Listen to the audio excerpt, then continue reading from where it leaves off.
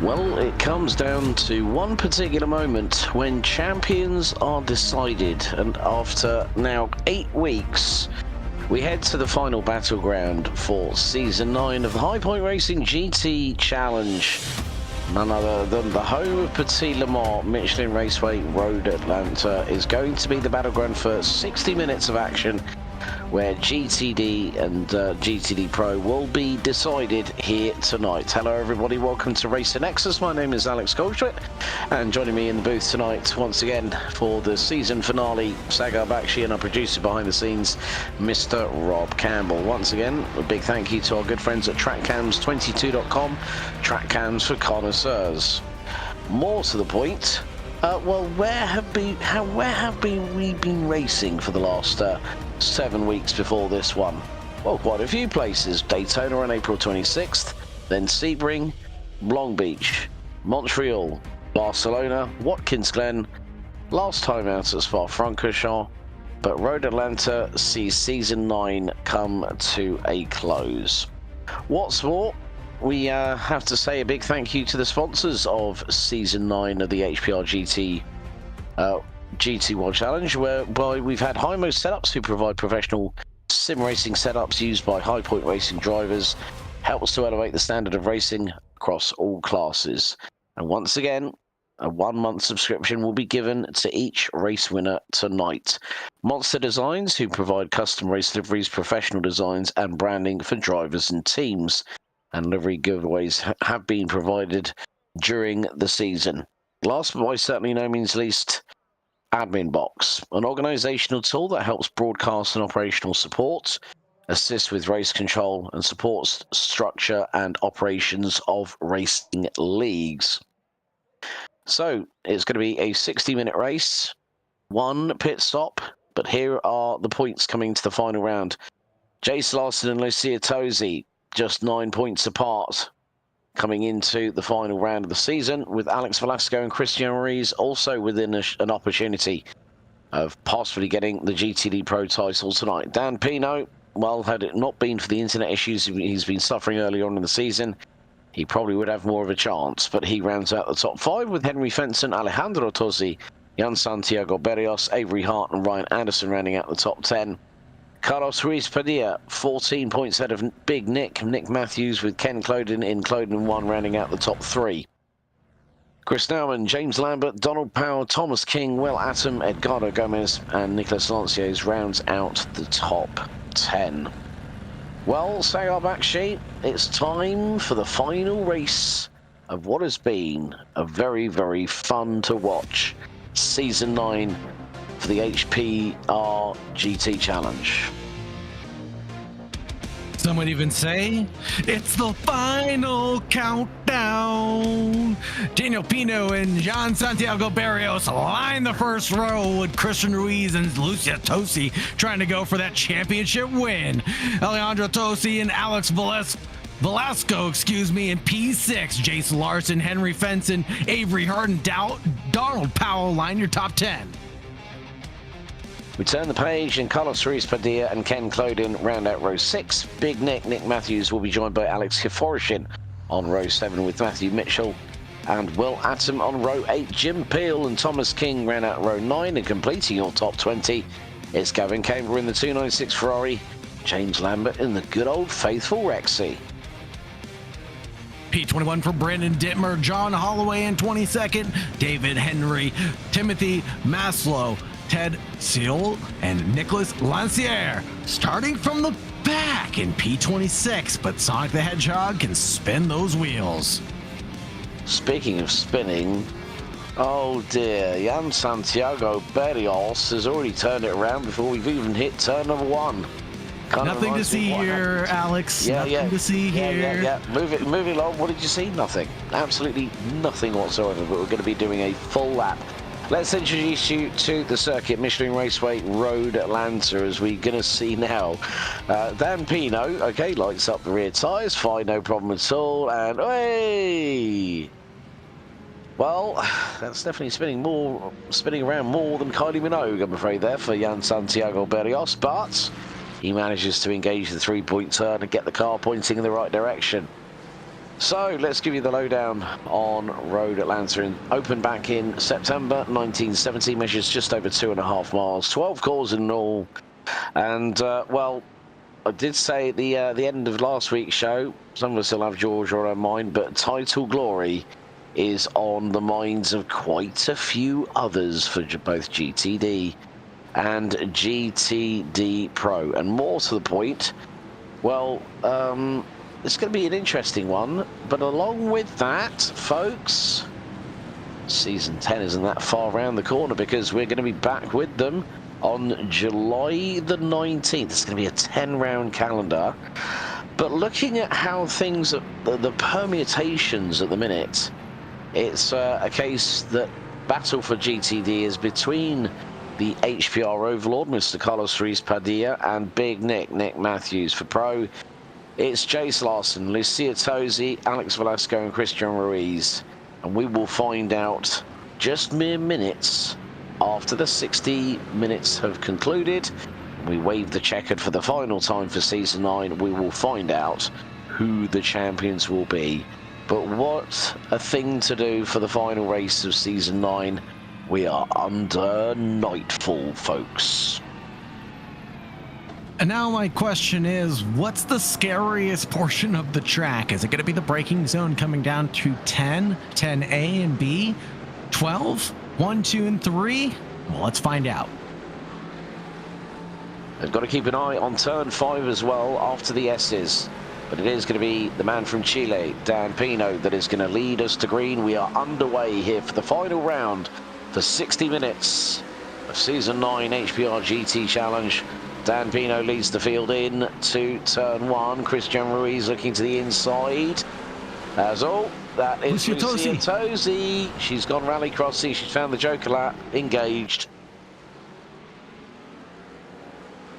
And finding a clean way to rejoin the track, but rejoins a 3-wide computation right there. Now is going side by side right now down the hill through the S's. Is not the place you want to be on that opening lap, and her chances at winning this thing, well, could be shattered on lap 1. But, well, as they say, Sagar, you can't win the race on that one, but you can definitely lose a hell of a lot of time through turn 1. As Donald Powell has dropped, and that is in the 86 Corvette. He's 180 degrees the wrong way. So another individual that has found the rotational speed of a Chevy Corvette. So he's going to turn it in. Now, is this... Oh, he's just done it all on his own. Right, full tires coming out of turn 7, yeah. So, yeah, and that means that Alex Kiforishin now leads in GTD. Carlos Ruiz and Big Nick Matthews round out the top 3. Ken Clodin and Will Atom round out the top 5. But that's the thing about this particular circuit here, Sagar. The margins are so finite when you have to try and find the limit, but not go beyond it. Especially at a track that demands precision, such as Road Atlanta. It's fast and flowing, as I described, 1, 2, and 3. And of course, the back straight on turn A. But the confidence here is going to be the key. And especially aero balance and braking stability is the key to keeping momentum throughout this track. Because once you touch track limits, that being the grass, well, it's game over after that. Yep, and then of course there is the long run that the drivers are going down at the moment, all the way from turn 7 to turn 10A, where they go down the hill, then hard on the brakes through the compression zone. Christian Ruiz now being chased down by Jan Berrios as Jace Larson looking to make some inroads in the number 1 McLaren 720S GT3 Evo out of turn number 12. A short run to the stripe. We are already on lap 3. Henry Fencer, the man from Evolution Sim Sports from Sydney, Australia, just puts down the fastest lap of the race. There we see picture in picture. Carlos Ruiz Padilla. He's got the number 55 of Nick Matthews, the man from Charlotte, North Carolina, in the 55 Porsche 992. about 3 car lengths behind. But we do know that there are some great places to overtake here at Road Atlanta, Sagar, but it's all going to come down more effectively to how you manage your pit stop. Oh, absolutely. You nailed that one. The fuel windows in the pit stop are going to be critical to race management here, because it is a pretty short lap around Road Atlanta. The drivers are going to be challenged with lap traffic pretty quickly. You pit too early, you become a back marker. You pit too late, and you have the risk of yourself becoming a back marker at the end of your stint. So what is the middle ground in between all of this, as Nicholas Matthews finds the middle ground on the HPR badged machine behind it? That BMW, just no doing for that 48. Yep, so now Big Nick Matthews gets through on Carlos Ruiz Padilla, takes second place in the GTD side of things. But the man from Cabo Rojo in Puerto Rico still is going to use the all-round capabilities of this 3-litre inline-6 twin-power turbo BMW M4 GT3 Evo, as they are about to very shortly make their way down the hill through the S's out of the legendary T5, where they've got to watch the wall on the right-hand side, not carry too much speed through into the corner, because we have seen it on many a broadcast. But look at this. Padilla is coming under threat. Here comes Ken Clodin. Looks up the inside. Doesn't quite get through. And with them now is the recovering Lucia Tosi, the Galaxy Team Esports Ferrari, making some hay up the hill and also round the opponents after the unforeseen Joker lap excursion she suffered coming through lap 1. Lucia Tosi has threats available in front of her as she's putting the pressure on Clodin 1, but has Will Adam putting the pressure on her from behind as well. So one false move or one misstep could open up the door for Will Adams' opportunity as well. Here comes the attack down in towards turn 1. A little bit of overlap as Clodin gives that racing breath to the inside line, but tries to follow neat and tidy through turn 2 and up the hill through turn 3, the apex at the top of the hill, where Lucia Tosi was unlucky on lap 1. She gets the move done on this lap. Yeah, looks like the Ferraris have a good amount of pace here, as just noticed that the fastest overall lap of the race has gone the way of Jan Berrios in the number 25 Police Edition Ferrari 296 GT3. That has done a 1 minute 18.43 around this 2.5 mile circuit. That's because he maybe heated up the tires on the warm-up lap successfully. Oh, we heated up those rears well and truly. Yes, yes, that was the strategy to get the fastest lap. You didn't know that, Alex. You didn't know that, but me and Jan were on the same page. Hey, what have you two been in cohorts behind my back again? It's called in cahoots in the United States, sir. We're in cahoots with each other. Oh dear! Don't start getting look. Don't start getting formalities over with me, Mr. Bakshi. Thank you very much. Considering what time it is in the morning where I am at the minute, and I've been. It's been a very long day. Hey, don't worry. It's all about the bands anyhow. But Kelsey making up moves now, and Ruiz falling back behind Clodin 1. What's happening here to Carlos Ruiz Padilla, that was in P3 for the category, and starts to slip back. Yeah, he's got Will Latham chasing him down in the number 34 BMW. Brandon Dittmer's had a bit of an off track, so he's got a slow down penalty for his troubles. It's not been an easy one for Brandon in the 83 Venom Racing Porsche, as he has got behind him Jim Peel in the number 49 closing in. And here we go again. It's going to be Porsche side by side. Oh, Jim Peel had to check up there, and all we nearly had Timothy Maslow in the number 18 hit him up the rear diffuser. And a quattro of Porsches, sandwiched by some Cavalieri Rampantis, it looks like, as John Holloway ruins my scheme as the Corvette sticks his nose in the mix. And now he's unfortunately out of the race, so that settles that. The Cavalieri Rampantis continue to sandwich the German drivers. Yeah, and John Holloway now in pit lane. Let's see what happens to Thomas King in the number 3 car. Oh, it's going to be that turn 5. Oh, he was very lucky. He didn't go spinning into the barriers, but that's the thing. You're having to wait until you have to get the car pointing in the right direction. Meantime, Jace Larson has got Alejandro Tosi closing in on him for the battle for P3. But still, it is early days in this race with just over 51 minutes to go until the checkered flag. And Dan Pino trying to break the toe that Jan Berrios has at the moment. The gap between the two leaders is just over 0.6 of a second. As you hear that naturally aspirated V8 Mercedes thunder down from turn 7 to turn 10A as Alex Velasco trying to put the frighteners on Christian Ruiz, who's gone for the old Silver Arrows style livery on his Mercedes. And Avery Hart, who we saw at the beginning of the season, took the win at Daytona in the number 67 Dan Newman racing car. He's currently sitting in 8th in the class. And it doesn't seem like Mr. Hart is able to get past anybody at the moment, considering the fact he only qualified in 9th in the class. And that was out of a total of 9 GTDs.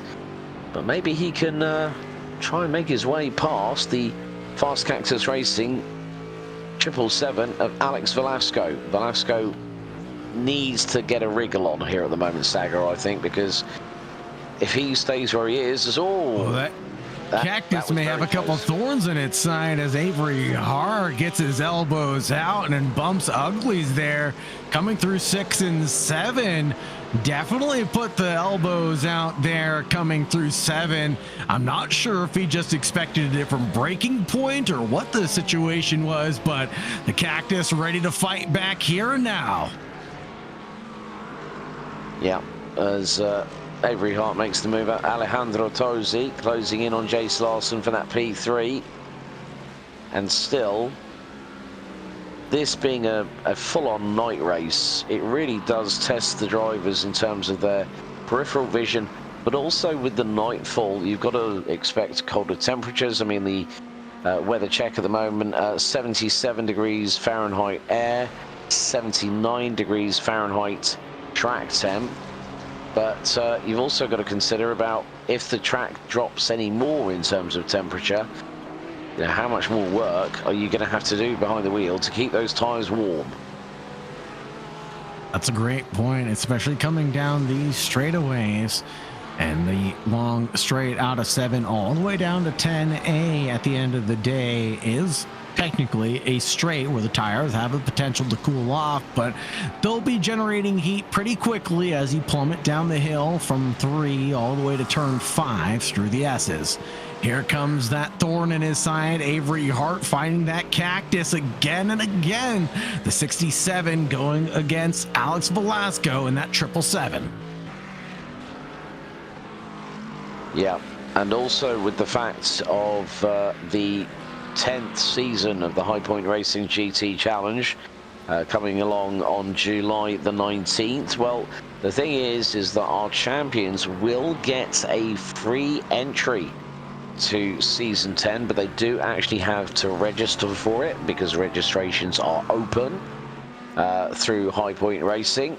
And Jace Larson still under pressure from Alejandro Tosi in the battle for P3. And these two are starting to lose time to Jan Berrios. The gap is about 2.3 seconds between the number 25 and the number 1. So, yeah, Jace Larson's going to be very, very careful. But what has happened to Avery Hart? Oh, it's going to be Porsche doing Porsche things, is it? It's going to be down. Oh, and he just... that's unusual what happened there. What has happened to Avery Hart from Daniel Newman Racing? He seemingly just pulls off coming down the hill through the S's.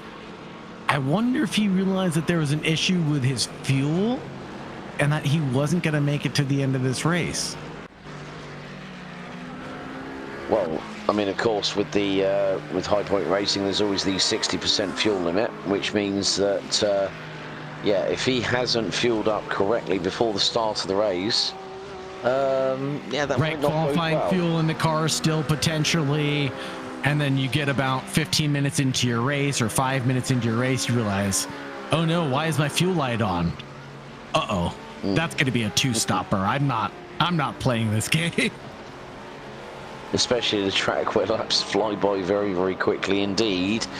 You know, when we're looking at 1 minute 18s, 1 minute 19s, as Chase Larson with a slowdown, and then there goes Tosi to Kloden goes through. Oh no! Oh dear. And that means that Carlos Ruiz Padilla has got a damaged car. Left rear wheel is not on the vehicle.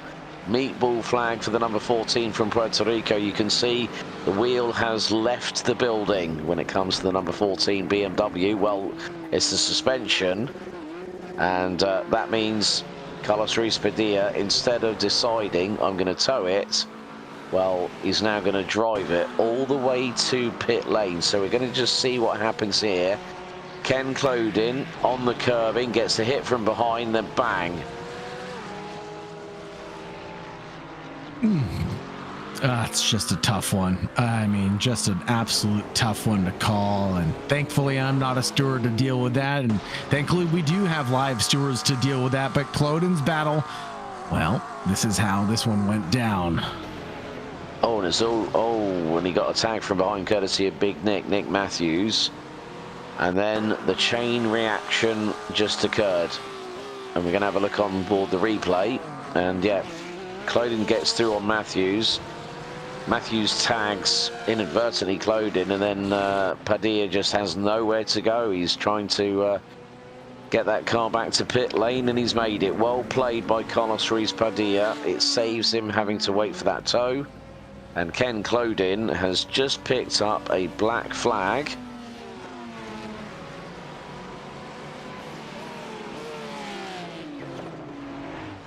Kenneth Kloden received a black flag for that incident. Interesting. Well, understood. Oh, well, Adam, still in the heated battle with Nicholas Matthews at this point in time. Matthew Mitchell in the number 69, and we're just hearing from race control that might have been due to the fact that he slid in front of Matthews. Okay, so that would be a quite hefty amount of incident points coming his way, as Alejandro Tosi has finally broken the deadlock and has got past Chase Larson for P3. Meantime, well, he's now got to try and chase down Jan Berrios, who is 3 seconds up the road, as we are more than a quarter of the way through the race. But it is a Mercedes in the form of the Hatsune Miku Good Smile Racing liveried car, the 477 of Dan Pino, the man from Chile, and now is going to thunder his way down to turn 10A after the long back stretch. It's a wonderful part of the circuit here as well, where you can really stretch the legs on every single car. It's one of the only points on the racetrack where you get to finally stretch your legs and just pedal to the metal for a few moments. Really check your mirrors, see who you're battling with, check out their name, figure out their driving style, and get accustomed to what you're having to do here. This is a track where passing opportunities are pretty limited. You can say that there's an opportunity at turn 1. Yeah, it's a risky maneuver. A move at turn 3, highly risky. Move at turn 5, well, you're just asking for it. Turn 7's exit is one of the best places.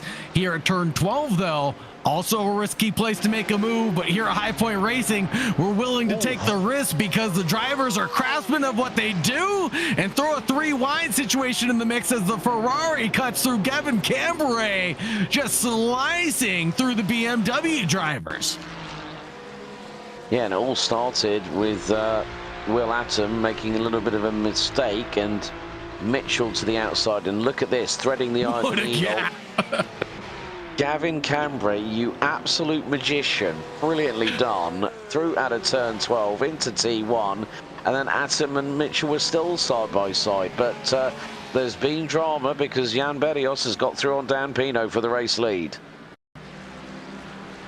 Here we go with the replay. This is going to happen coming down the hill and towards 10 by the looks of it. Side by side through 9 we go. And Jan Santiago Barrios walks right on by, sight unseen on Dan Pino.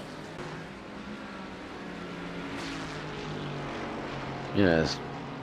So it looks like it might have been the fact that Dan Pino could have saved a little bit of fuel because he lifted off, let Berrios loose, and decided, well, you know, we know that Jan Santiago Berrios is not in the fight for the title, whereas Dan Pino has an outside chance, and if he can save as much fuel as possible, he's got to be careful, as a lot of drivers do have to be.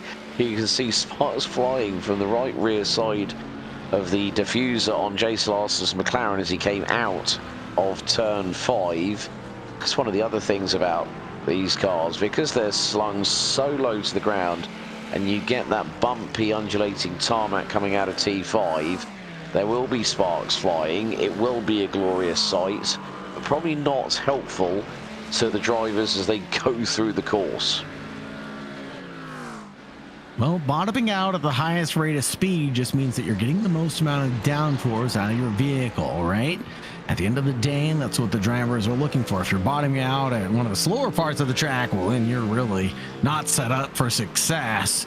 And you really should have a talk with your race engineer department at that point. Jan Santiago Barrios, though, and Daniel Pino getting it right as they are bottoming out at some of the highest speed parts of the racetrack. James Lambert, though, not getting it right. We're going to replay what happened to Rexy, the 54, coming through 6 now on the exit of turn 7. And it's just a little off camber there. And so what happens is drivers can typically get on the throttle early and then just keep on drifting out wider and wider and wider. And Lambert drops like a stone, unfortunately, behind Jim Peel. Yeah, looks like it had a bit of chronic understeer as a result of that throttle application as well. So just he wanted to try and turn right and just wanted to go left instead. But Jim Peel now ahead of James Lambert as they go up the hill through the right-hander here at T1. Meantime, Big Nick Matthews has got Gavin Cambray challenging him for second position, and the man in the Cavallino Rampante, the number 36 Ferrari, is getting on with the business at hand. Alex Kiforishin is leading the GTD class by a massive advantage, nearly 9.3 seconds, as we ride on board with Gavin at the moment as they come out of turn 7, and then it's full throttle, get the hammer down all the way to turn 10A. Let's see what Big Nick can do to defend Cambray from behind, because he's going to have to put up all the blocks he can possibly do. There it is, the move defensive to the inside line, but no doing on the run from the Ferrari. Just has the long legs, that 36 with the red, white, and blue stripes. Well, I don't know if Gavin Cambray is American, but it screams USA for me. Yeah, very much the case, as we have already lost 4 drivers. Well, Ted Seidel didn't make it to the grid in time. John Holloway, lap 6, Avery Hart, lap 9, Brandon Dittman, lap 12, and Ken Clodin on lap number 5. Well, Ken Clodin would have been the next retiree had there not been any further dramas on lap 15, but he's the last of the 22 cars that we have, as Nick Lancier's pits in the number 51 Porsche. Let's see. Oh, it was turn 5 and bang, look at that. Sonic goes sideways and up in the air. And all those rings come spilling out of the pocket as the Hedgehog has to tuck and roll into pit lane, this time by Tails. Come pick him up. Let's send it back to the pits. David Henry actually locked in a little bit of a battle right now, keeping our eyes on him. Timothy Maslow right up ahead in that number 18 with Jim Peel locked in tow, the number 49. And we've got a Porsche sandwich finally. Well, you know what I mean. You never describe a sandwich by the bread, you describe it by the meat. That's a whole argument I always get into. Yeah, well, to be honest with you, you won't have that argument with me. I just feel a bit sorry for Nick Lanciers, because I was wondering if Mr. Robotnik had left an oil slick on turn 5 for him. Love a good Sonic the Hedgehog reference. Thank you for getting on board with that, Alex. There we go. We're all kids at heart, Sagar. We're all kids at heart. Besides, you know, Sonic the Hedgehog, an iconic game in its own right. But we're riding on board with Timothy Maslow, who is currently P6 in the GTD side of things, and the number 18 HPR Porsche. The 4-litre flat-six boxer engine roaring its way down the hill as we head ever closer to turn 5. You can hear a little bit of a lift there, very nicely negotiated by the number 18. He's starting to put a little gap on the number 2 of David Henry, who's got Jim Peel and the number 49 Porsche closing in. With a big old grizzly on the doors. In that Porsche from the number 18 is what I noticed, because when you come out of 5, it's crucial to get it done cleanly because it leads onto the uphill back straight, right? It's one of the longest acceleration zones. So you have to nail that apex, ride that curb on the outside, but gently. How do you do that when you're trying to be aggressive on throttle coming through the entrance of turn 5 or turn 5's exit, however you want to describe it? So it really comes down to traction control management, which a lot of the time, although we do have TC control, comes down to the driver's right foot doing a lot of it. So smooth throttle pickup makes a big difference when getting that curve right and getting that curve wrong. Another black flag being handed out. This time it goes to Nick Lancier, and that's going to be the incident points, I would believe. Yeah, like you were saying with regards to turn 5, you're kind of damned if you do and you're damned if you don't. You know, whether you do lift off the throttle just to make sure that you can rotate the car through the corner, as Jim Peel closing in on David Henry once again in the number 2 Ferrari. And they're going to be heading down into the right-hander here at turn 6 for the right-hander at 7. And yeah, Jim Peel having to check up a little bit there, not to contact the back of the Ferrari, as both drivers get up to full speed, as James Lambert in Rexy in the number 54 Porsche is trying to chase them down. These three covered by 1.2 seconds. And, well, Thomas King is now in the pits, serving his pit stop, as we are just over 4 minutes away from half-time here at round number 8, the final round of season 9 of the HPR GT Challenge. And again, these pit stop strategies will be crucial, but when you think about it, Jan Berrios now on lap 20 of this race. I'm wondering, with the 60% limitation on the fuel tank here, Sagar, makes you wonder how far these cars can go into the race before needing to have their mandatory sort of service, if you will, with regards to the fuel. That's a good point.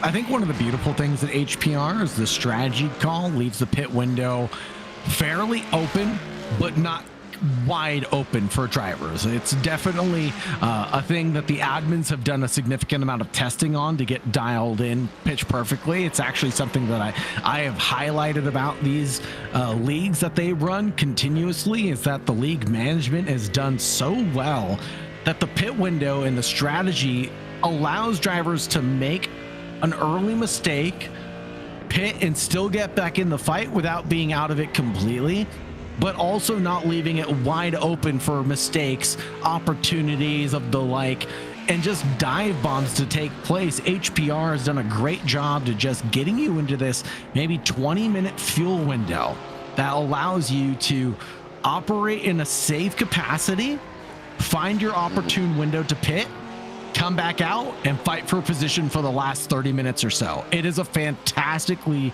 structured league. Yeah, as James Lambert dives the inside at turn 1 on Jim Peel, as David Henry, who looks like he's got a very patina-esque style livery on that number 2 Ferrari. Looks like he's been leaving out in the sands of Abu Dhabi just to make sure he can bring it back with a little bit of something different to bring to the party here at HBR. But what a bit of bravado from James Lambert, who has just picked up a black flag incident points limit hit. Rex is going to have to do that trip of shame down the pit lane, aka a drive-through penalty. Oh man, that really hurts. But what hurts for Donald Powell is the potential to have won this race. I think this would have been back-to-back podium for Donald Powell on the HPR GT Challenge Series side at the very least, but his recovery drive consists of him getting back up into P10 for the category. Yeah, especially with the spin earlier on, which hasn't really helped him. So, but James Lambert is now being hustled along by Jim Peel as Timothy Maslow in the number 18 comes into pit lane. Lambert now dives to the right, heading down into turn 12, and now we'll have to hit that first gear, hit the pit lane speed limiter, as we are fast approaching the halfway point of this race. And, well, Jace Larson trying to see if he can get past Alejandro Tosi, who makes a mistake through turn 10B, and down the hill they go. Mercedes versus McLaren, and McLaren make it back through for third place. Nicely executed by Jace Larson, who gets through on the other of the Galaxy Team Esports cars. And as we hit the halfway point, let's just give you a quick reminder of the sponsors of the High Point Racing GT Challenge here for season number 9. Himo Setups, providing professional sim racing setups used by HPR drivers, helps to elevate the standard of racing across all classes. Monster Designs, providing custom race liveries, professional designs, branding for drivers and teams. And with that also, Admin Box, an organizational tool which provides support for operations and broadcasting, assists with race control operations, and also supports the structure and operations for racing leagues. A big thank you to them for their continued support as Nick Matthews, Big Nick, dives into pit lane. And David Henry in the number 2 Porsche also dives in. So has Alex Giforishin. So we are seeing at the halfway point, yeah, that definitely looks like it's seen better days, that patina-esque livery of that Ferrari. That's definitely what the collectors call it these days, isn't it? The hipsters and the hoodads. It's patinaed. It's not rust. It's patinaed, right? Yeah, it's got a little bit of character. Oh no! John Santiago Barrios having a big wiggle again.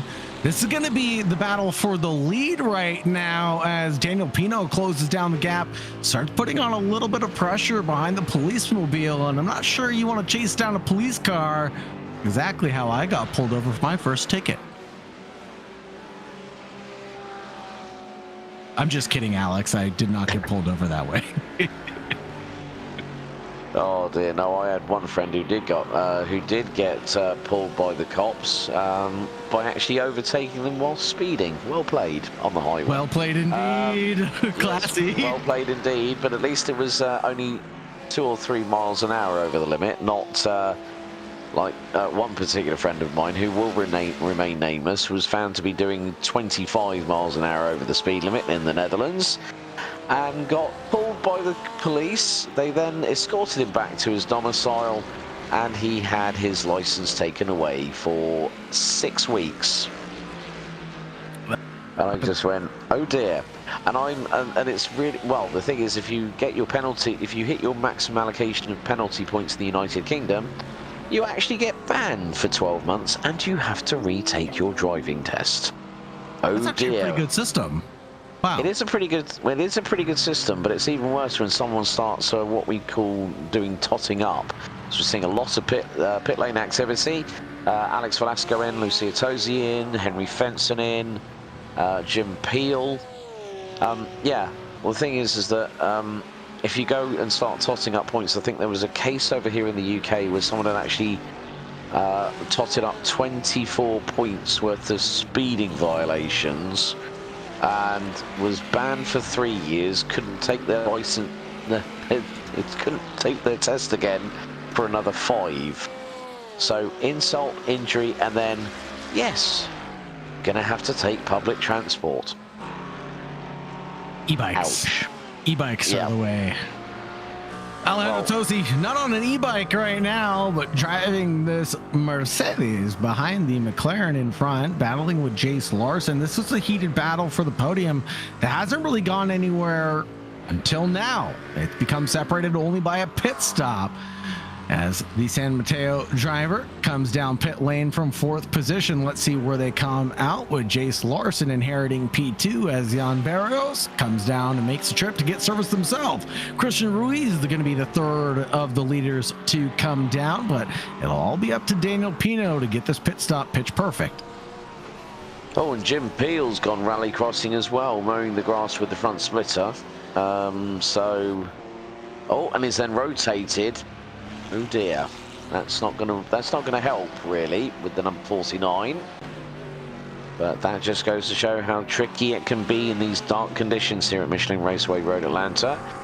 Matt Mitchell now into pit lane, and still at the moment owing his pit stops. Well, Donald Powell is also staying out and is currently sitting P3 in GTD, but Pino and Larson look to be going for the very long opening front stint as we are 34 minutes in, 26 to go here at Road Atlanta for the season finale for season 9 of the High Point Racing GT Challenge here on Racer Nexus, as Pino dives into pit lane, and he was very hard on those brakes going across the pit limit line. Jace Larson nearly brushes the wall. Wheeling. I know. How do you lock up brakes with anti-lock brakes? I feel like we had this conversation a week ago. Well, the thing is that when cold air hits steel brakes, they squeak. It's just, it's oxygen hitting unprotected metal. I worked in the automotive industry for 25 years, and it was quite funny when we had a lot of people in the winter going, "Why do my brakes squeak when it's really cold in the morning?" Well, that actually makes sense. I guess the temperature is fairly frigid here in Brazelton because we have gotten into the pitch black darkness at this point in time. Mm-hmm. Here comes the pit lane. Daniel Pino and Barrios there right in tow, but the gap is pretty substantial between the duo. Jace Larson running in 2nd position, still has to make his pit stop tonight. Oh, well, excuse me, Jace Larson has come out ahead. Yeah, Larson undercut Barrios in the pit lane, and was nearly a second quicker taking on board fuel. So Jace Larson in the McLaren has really put himself at that point where he really does need to, well, I think really he just needs to finish where he is, and I think he'll have wrapped it up. And what a drive he's had. And when you think about it, we've had a lot of drivers that have been consistent in getting those well-needed points, but also more to the point that they haven't needed to have a victory necessarily to go for the title fight. I mean, when you look at it, Lucia Tosi, all rounds that she's had in season 9, she has not won a race. Jace Larson finally did. And then you think of who else has had wins this season. Avery Haas in GTD Pro has had wins, but hasn't done the full campaign. So I think it's just about that Alain Prost kind of thought process, knowing exactly what you need to get the job done, not go all risk and like risk versus reward. It's a case of, what do I need to do at the absolute minimum to get myself that title? And Jace Larson, 23 minutes on the timer to go, and the Gulf liveried McLaren 720S is looking pretty solid at the minute. Absolutely. He's got it all stitched together at this point in time, worked his way into a very successful pit stop strategy to be able to leapfrog Jan Santiago Barrios by quite a bit of time, and it must have been a difference in the pit lane time overall, or their in laps, because their pit time, well, everything's looking about even Stevens, 19, 20, 21 seconds. So with that being said, it's just a big difference with the undercut and the overcut by the looks of it. Yeah, and also, it's not exactly the longest pit lane here either, because the majority of it going down into pit road is coming out of turn 11 and down the descent through into turn 12. But you've got to be so careful especially when trying to scrub off all that speed, because you don't want to get over the line and then find yourself going, I've just done 5 kilometers an hour over the speed limit, and you know what's coming next. It's a drive-through penalty, and then you're kicking yourself because you've made that mistake. And it's never easy, especially at certain tracks. And when you've got to think about, okay, everyone will always do, you know, test runs for the pit stops. And you won't always get it right every single time, but you want to make sure that you get all the mistakes out of the way before the race itself takes place. Absolutely. You want to get all of the things right in the race, rather than trying to figure it out during the race session. It always comes down to practice for me, at the very least. And I know it sounds like a simple concept. I'm sure the drivers are laughing and going, duh, Sauger. But at the end of the day, it sometimes is that simple. If I do practice for a race and I actually do a stint that's as long, if not longer, than my race stint, I'll usually be successful. If I end up only doing maybe a 10-minute, 20-minute session for a 60-minute race, I'll find myself worse for wear at the end of the day, and my Watkins Glen 6-hour results, well, I think that's all I need to talk about. Yes, once bitten, twice shy, as they say. But yeah, it all comes down to, you know, crossing every T, dotting every I, as we head into the last 20 minutes of Season 9. Carlos Ruiz Padilla at the minute, I think he might still be on the cusp, because it's mainly between him and Nick Matthews, Big Nick and the number 55, where the title battle for GTD is currently happening. At the moment, Nick Matthews is sitting 4th in GTD, whereas Carlos Ruiz Padilla is currently P10. So, yeah, I think it's just a case of, can Carlos Ruiz Padilla make up maybe at least 1 position, or maybe 2 if he can. But with those 19.5 minutes to go, it's going to be easier said than done. We'll have to see what can happen. Anything can and will happen in motorsports.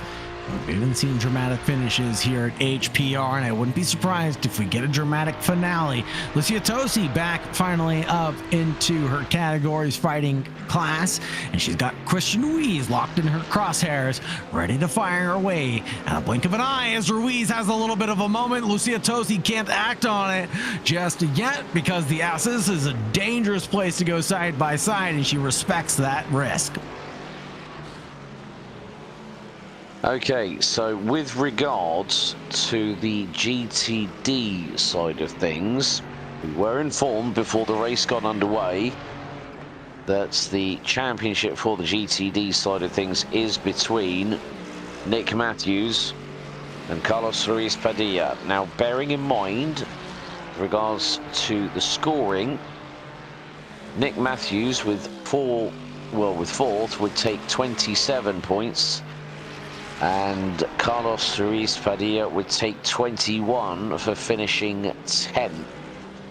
That would mean that Carlos Ruiz Padilla, he's just got to make sure that he brings that car home, because even if he finishes where Nick Lanciers is at the moment, Sagar, he will still wrap up the Season 9 HPR GT World Challenge GTD crown. So it was okay. Yes, it was unfortunate with what happened between him and getting that inadvertent tag by Ken Clodin.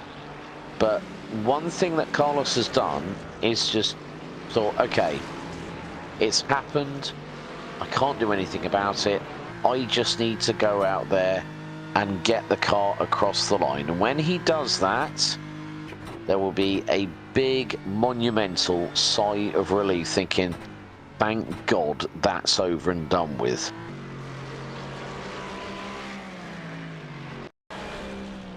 Here we go with a replay. Lucia Tosi looking forward.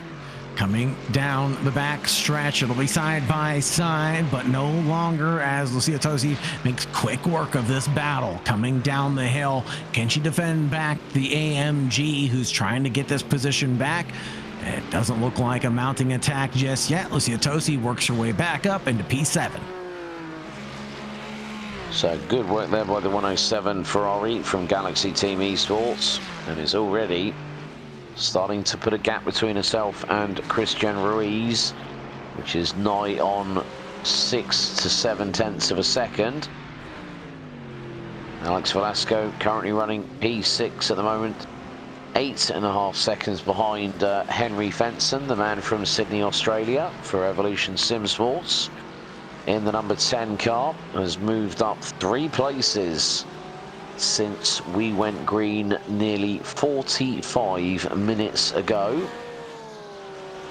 Fenson has also been in the wars, let's say, because let's not forget we had 2 particular races where both Fenson and well, Henry Fenson and Lucia Tosi came into contact. I think the big one was Montreal at round 4. And that was when Tosi got hit from behind, and the back end of the Ferrari looked rather second-hand. Had no rear diffuser on it, had no rear wing on it, and Lucia Tosi still went out there and made it work, thanks to the low aerodynamic drag that you need around a circuit like Montreal. Yeah, we've seen her pull out miracles before. She's not at P2 because of just pure luck. It's been grit and determination. Time and time again, things have not gone her way, but she's been relentless to climb back through the pack. This time, Alex Velasco is no lucky duck because Lucia Tosi is sitting right behind him. This time through turn 5, she's probably going to make quick work of Velasco as well, and she's probably going to make this one look easy. Look at the ferocity in her eyes and the focus, the determination. She's just staring menacingly. Yeah, looks like some eye drops have definitely been put in those eye sockets just to make sure that there's no blinking in the nighttime sky here at Road Atlanta. But never mind. Well, at least as long as she doesn't muck around with the Joshua tree that Alex Velasco is currently piloting, then at least hopefully there will be an opportunity for her to get past. But it is still 14.25 minutes. Henry Fenson has come into the pits, I believe, or yeah, oh dear, the Aussie has it looks like it's a disconnect for Henry Fenson, and that has brought his season 9 run to an end, I'm afraid, and that is going to drop him right down to the bottom of the order.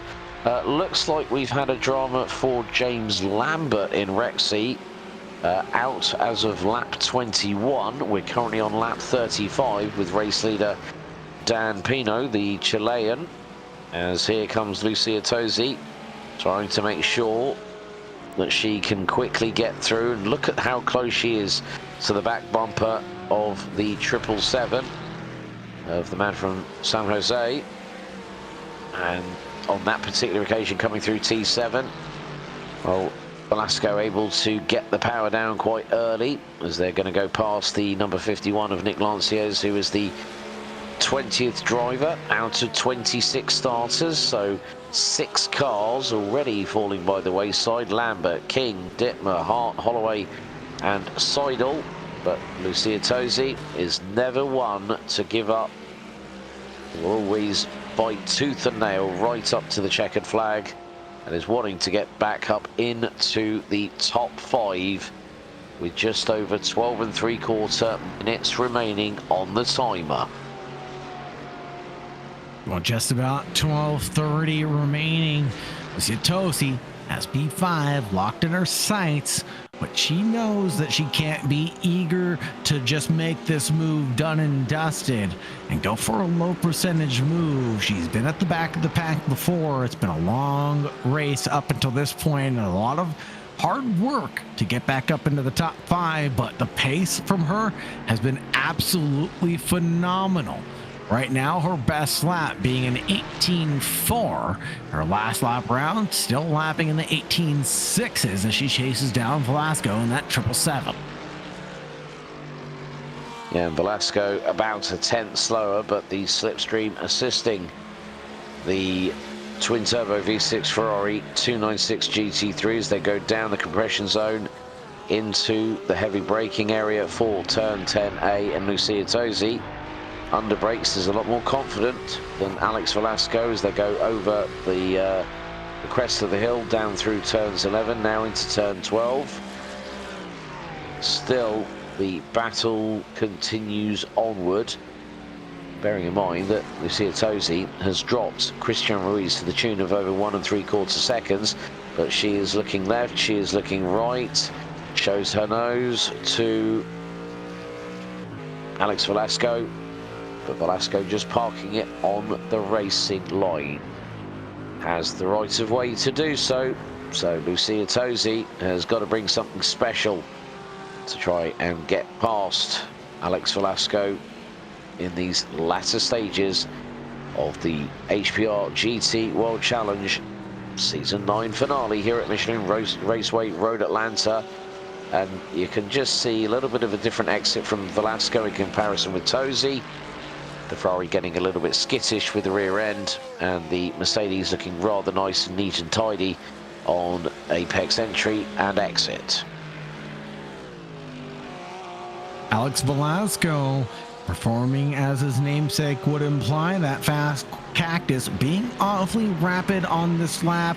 Keeping Lucia Tosi behind is going to be the most important thing going into the final 5.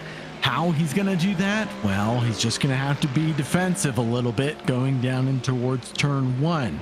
The slightest opening, Lucia Tosi will be all over it like white on rice. She's ready to attack at any opportunity. Coming through turn 3, the daylight doesn't exist, and she understands that. At this point in time, she runs down the hill, nose to tail with Velasco.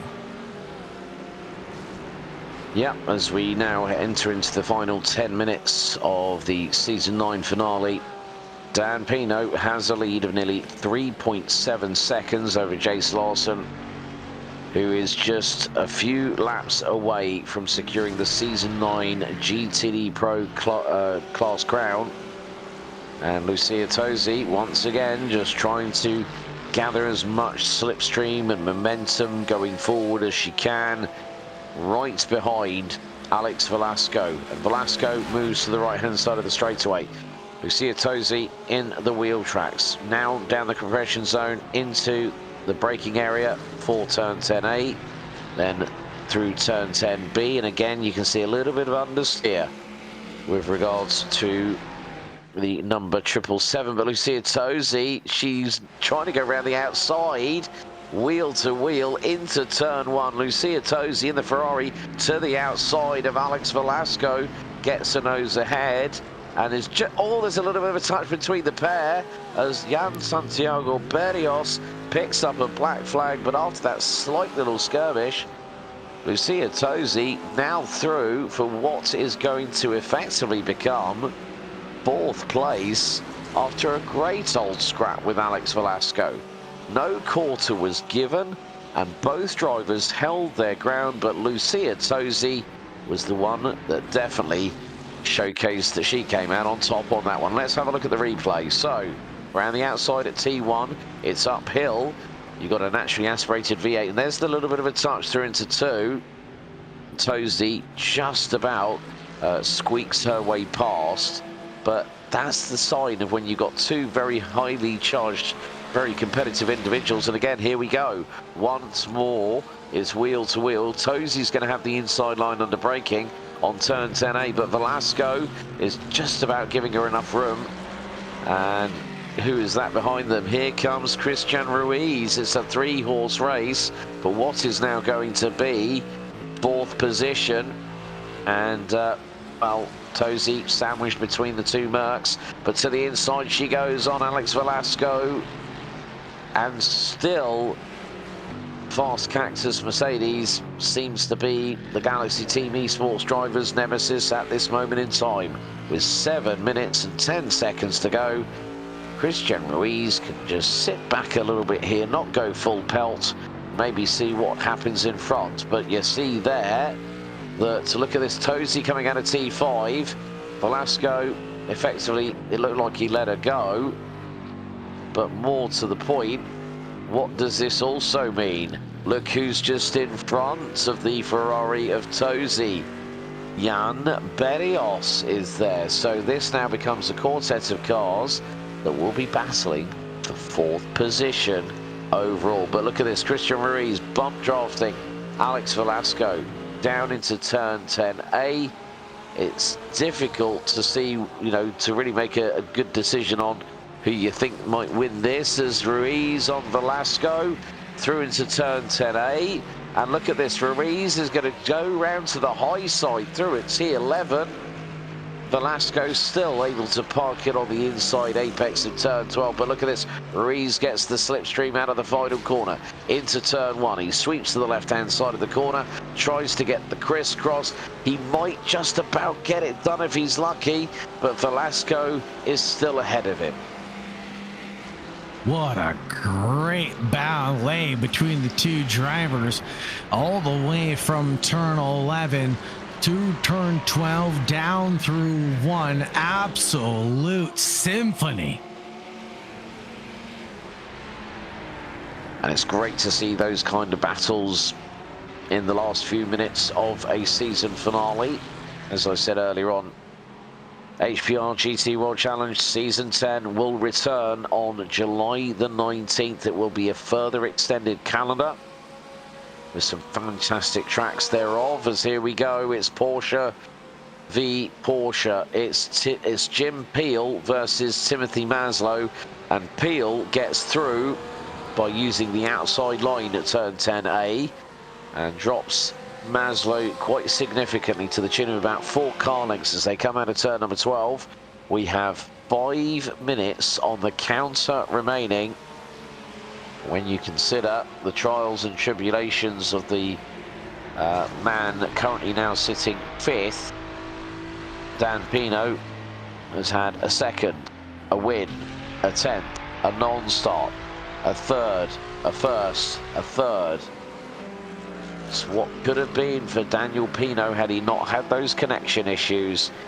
He would have been fighting right at the sharp end of the field, but there is always a next time, because he'll be able to get himself steeled and ready for Season 10 when that gets underway. But Dan Pino looking to sign off Season 9 in the right way possible. It's going to come down the hill. We're probably going to get this, including this lap coming up, another 3 laps of racing in total, because Dan Pino running in the low to mid 18.3s. Jace Larson across the line. A 1 minute 18.75 is on course to making on course to becoming the champion of the series. But Larson really, at this point, you can't say anything else apart from one word, and that is chapeau to Jace Larson. Has had 2 second place finishes, a 3rd, a 4th, a 7th, a 5th, and the last time out at Spa took the win after so much going right and wrong for the number 1 car. He makes his way out of turn number 7. He's got to be very careful though, because Alejandro Tosi, who has only made a modicum of appearances in comparison, not a full campaign for the 151, who finished 5th at Sebring, 6th at Long Beach, and then obviously round 5, 2nd, best race result of the season, P5 last time out. And Dan Pino is just really moving away into the distance, as we're going to see another moment here with Lucia Tosi. That is on Jan Santiago Berrios at turn 10A. So Lucia Tosi into P4, as there was an HPR Porsche, looked like it wasn't where it should be. Might have looked at the rear top, well, the rear end might have looked a little bit sketchy as the driver tried to apply the traction, and that was Timothy Maslow. Now going to lose a position. So this and one more lap remains, and still some drivers not quite out of the wilderness yet. Alejandro Tosi once more closing in on the back bumper.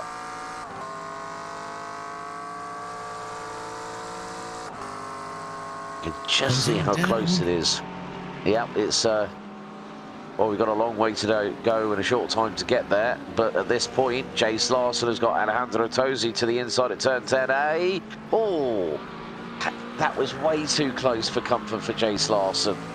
It's like he's the bandit.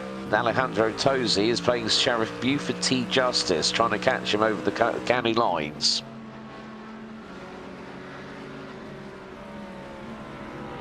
Two laps to go as the leader crosses the line. And the final laps are underway here for HPR GT's Challenge Season 9 and Season 10 just around the corner. If you're not signed up, well, you better be, because spots are going to fill up real quick, aren't they, Alex? They are indeed, and the champions for GTD and GTD Pro for Season 9, as long as they register, will get a free entry, and there's going to be a lot of new prizes up for grabs. And we start racing with what is going to be a 10-race calendar. But 34 seconds on the time to go. Alex Kiforishin in the 555 Porsche makes his way through into turn 1. As we are counting down the seconds, 20 seconds on the counter as Dan Pino makes his way through turn 10A. The man from Chile in the 477. Hatsune Miku, good smile, Mercedes AMG out of turn 12. White flag in the air for the final time for HBR GT World Challenge Season number 9 here at the home of Petit Le Mans, Michelin Raceway Road, Atlanta. Alejandro Tosi, right again, putting the pressure on the man who is effectively champion-elect. As long as he brings it home in one piece, Alejandro Tosi looking to finish in the top 2 to conclude his Season 9 campaign, as we have officially gone over 60 minutes. Now it is the run to get the cars home relatively unscathed and in one piece, as second and third make their way out of turn number 5, as Carlos Ruiz Padilla has just ended up going into the pits. I think, to be honest with you, if he doesn't come out, well, he's done more than the minimum recommended time behind the wheel. But Dan Pino, what a run it's been for the man from Chile. And this will make it him becoming a 3-time race winner in Season number 9. Down the hill for the final time. And after 60 minutes here at Michelin Raceway Road, Atlanta, it is High Point Racing's number 477, Daniel Pino from Chile, that ends up celebrating in style. But Jace Larson, I think, has just wrapped it up. Jace Larson with the GTD Pro Season 9 title in the number 1 McLaren. Lucia Tosi is going to finish P4 on the road. Alejandro Tosi takes 3rd. Donald Powell P5. Will Atom P6. Carlos Ruiz Padilla has also come back out of the pit lane. Nick Matthews now through on Matthew Mitchell, but it's still not going to be enough. Alex Kiforishin is going to come down into turn 10A and 10B up the hill, and the 555 of Alex Kiforishin down the hill in the GTD entry will win the final round in the GTD class. Gavin Cambra, his best performance, it looks like, over the course of this season. Best effort was a 4th at round 4. But, well, Nick Matthews is going to be finishing P3, but it is not going to be enough, because Carlos Ruiz Padilla is going to become your Season 9 GT World Challenge GTD champion. Absolutely phenomenal stuff here for HPR. And let's let the drivers go ahead and burn it down. DTM styly, of course. If anyone has ever seen a DTM finale at the Hockenheim Ring, they always go to the Mercedes-AMG Arena and burn that rubber until it hits the canvas. But, well, what can you say? Season 9 HPR GT World Challenge is in the books here on Racer Nexus.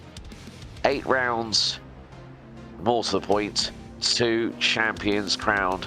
There is the number 14 HPR BMW M4 GT3 Evo of our Season 9 champion from Puerto Rico, from Cabo Rojo. It's time for Carlos Ruiz Padilla to celebrate with some obligatory and mandatory donuts.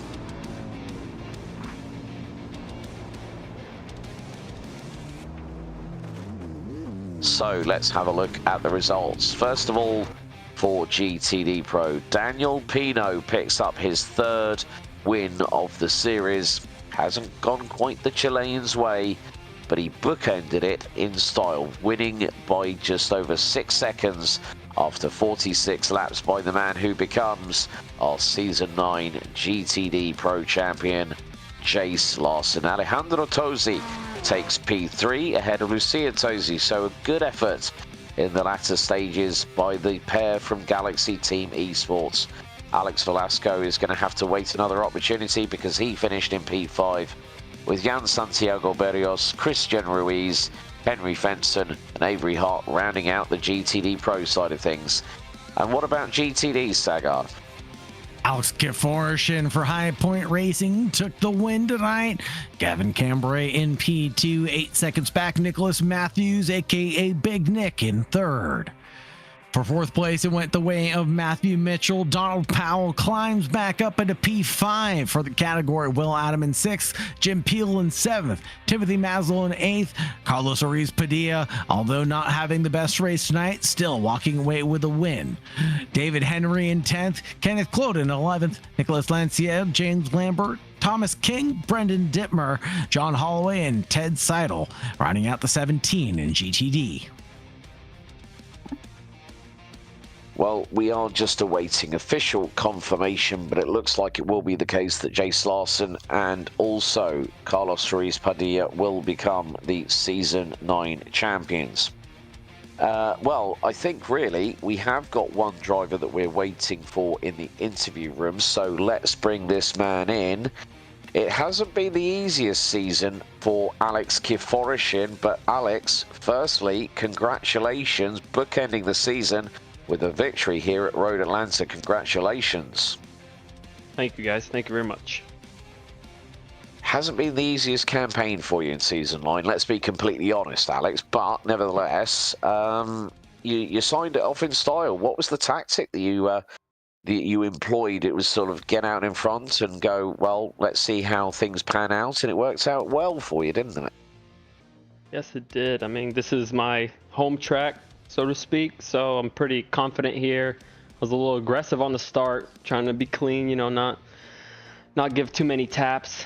Had a little sketchy one with Carlos going into at the end of the back straight, but yeah, it was a good race. Very close on fuel. Had a lot of fun. Yeah, and I think, great to learn something new about you as well. I always wondered where the name Kiforshin came from. I didn't know it was from Brazelton, Georgia. Great to know. Actually, Eastern European, but yeah, close enough. That makes a lot of sense. I was just about to say that sounded, so, yeah, Eastern European was definitely where I was thinking about, like that as well. Right. Well, firstly, I mean, Alex, Season 9 is done and dusted. Season 10 isn't that far away. The question is, are you going to be sticking with your weapon of choice, which at the moment is the 992 Porsche?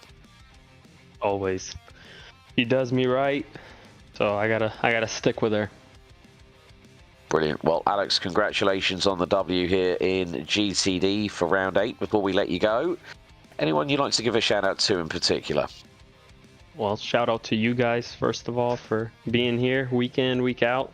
We love watching the broadcasts back. Thank you guys so much. Shout out to High Point Racing and Carlos for putting all this on, and my endurance team, Timothy Maslow, who I was just racing with.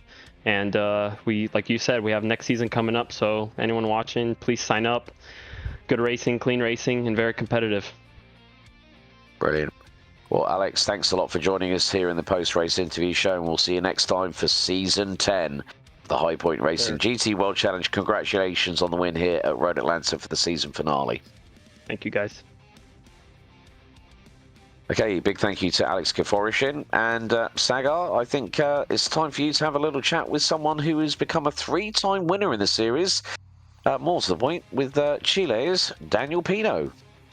Daniel Pino, this is starting to become a regular thing. You might as well just start joining the broadcast team here at Racers Nexus at this point in time. How does it feel to have another win under your belt with HPR?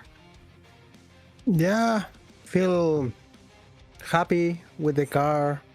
The Mercedes feels good. I put the TC in 11 and ABS in 10, and the car is on rails. It's fantastic to hear, and it looked like you were driving on rails out there for the majority of the night. You were pretty much untouched until we had a little bit of a moment there in the first part of the race. Were you giving up the lead of the race in order to plan for strategy? What was going through your head when you gave it up?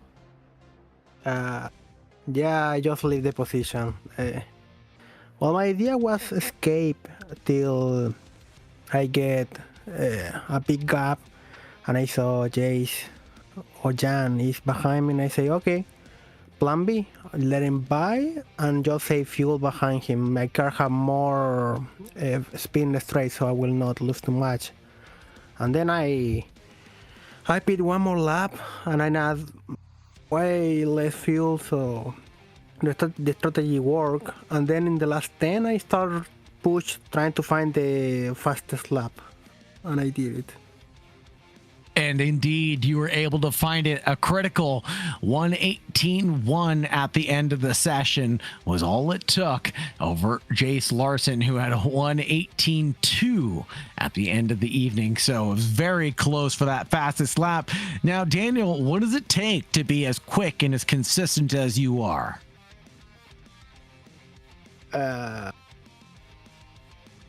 Well, just practice.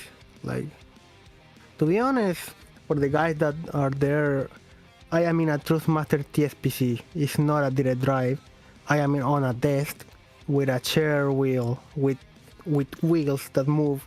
I have my bed in my back, so don't move the chair.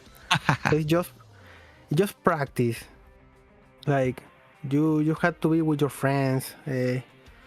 Watch the telemetry. Well, thanks by Jaimo, I can watch my telemetry, learn. The setup are very good. It's like to my driving style. So thanks to Jaimo, to Carlos, to everyone here. Indeed. Thank you very much, Daniel Pino. Is there anyone you'd like to shout out or anybody you'd like to thank? Yeah, again, thanks to David, Monster Design, that he make delivery for me this season. Carlos, that he invited me to the league, and it's a good practice for the endurance event. So thanks to Laken, my man, that, well, happy Father's Day. Normally in the sim, I am his dad, but now in real life, he's a dad. So happy Father's Day. Enjoy the win. And chicken dinner. Right on, Daniel Pino. Thank you very much for joining us in the Racers Nexus broadcast booth here in Brazelton. Have a great night, and as always, stay safe out there. Yeah, man. Well, a big thank you to Daniel Pino. But I have to say something that has just been confirmed. Jace Lawson, you are the HPR GT World Challenge Season 9 GTD Pro Champion. That's got a nice ring to it, hasn't it? Yes, it does. Yes, it does. It feels pretty good. You must have been on absolute tenterhooks the entire 60 minutes. I mean, you had so much pressure from behind, especially from Alejandro Tosi, especially in the dying stages of the race. But it was just about bringing the car home safe and sound at the end of the day, wasn't it? Yes, it was. If I'm gonna keep it real, it's just so hard to see out there when you don't have somebody in front of you guiding you so that you could follow them. That's why I started making a lot of mistakes when I'm in clean air. But yeah, it was a really close race. Made a few mistakes, but kept it on track.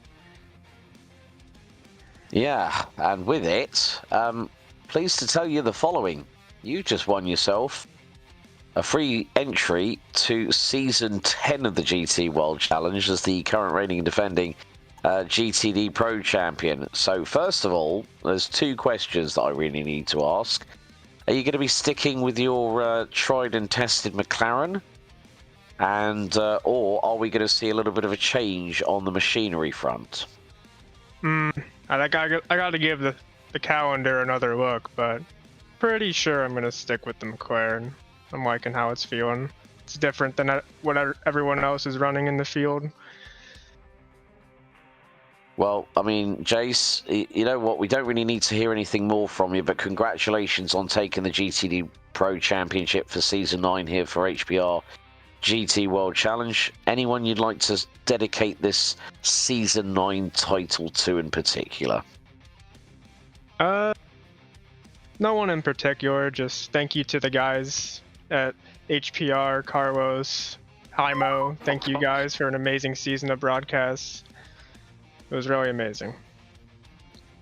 Brilliant. Jace, congratulations on becoming our GTD Pro Champion for Season 9, and we look forward to seeing you back to defend your title in Season 10.